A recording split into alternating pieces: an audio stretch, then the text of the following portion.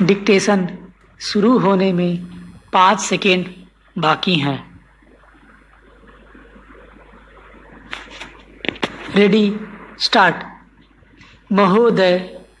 यह भी विचार किया गया है कि जो व्यक्ति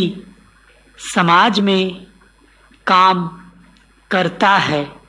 चाहे आविष्कार का काम करे, चाहे दूसरा कोई काम करे, उसको उस काम में तब तक सफलता नहीं मिल सकती है जब तक कि समाज का सहयोग या समाज ने जो परिश्रम किया है या कुछ आविष्कार किया है, उसका उपयोग उसको प्राप्त न हो, उसका उपयोग वह न कर सके। इसलिए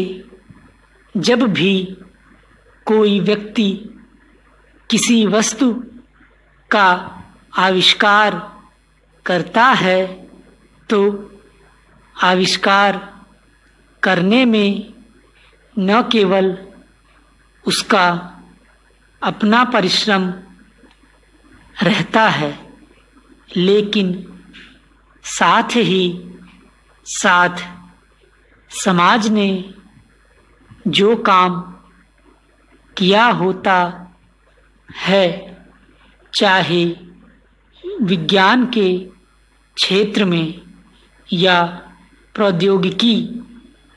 के क्षेत्र में या किसी अन्य क्षेत्र में, उस सबसे भी वह लाभान्वित होता है। इसलिए जब हम किसी आविष्कारक के किसी आविष्कार के अधिकार की रक्षा करना चाहते हैं तो उसके साथ साथ यह भी विचार हमारे दिमाग में आता है, जिस व्यक्ति ने समाज की सहायता से आविष्कार किया है,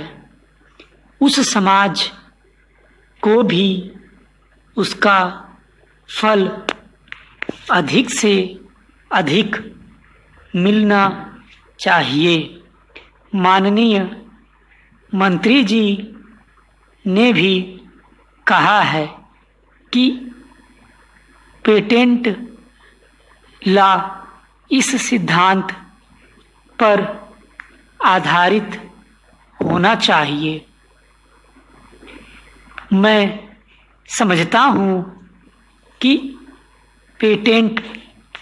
लॉ के पीछे 2 सिद्धांत निश्चित हैं। पहला सिद्धांत तो यह है कि जो व्यक्ति परिश्रम करके, धन लगाकर, अपना दिमाग लगाकर के किसी वस्तु का आविष्कार करता है, उसके तथा अपने परिवार के लोगों के अधिकारों की जहाँ रक्षा होनी चाहिए, उसके साथ ही साथ जैसा मैंने अभी कहा है, कोई व्यक्ति समाज में व्यर्थ में काम नहीं करता है, वरन पिछले समाज के लोगों ने जो जो काम किए होते हैं, चाहे विज्ञान के क्षेत्र में या प्रौद्योगिकी के क्षेत्र में या किसी अन्य क्षेत्र में और जिनके आधार पर वह कोई आविष्कार करता है उसको उसका प्रतिफल तो मिले, लेकिन जो परिणाम हो उसका प्रतिफल समाज को भी मिलना चाहिए। मंत्री महोदय ने कहा है कि जो यह सिद्धांत है वह भी इस विधेयक के पीछे स्थापित किया गया है और इस बात का ध्यान रखा गया है कि जहां हम किसी व्यक्ति के आविष्कार के जो अधिकार हैं, चाहे धन के उपार्जन का अधिकार हो या प्रतिष्ठा प्राप्त करने का अधिकार हो, उसे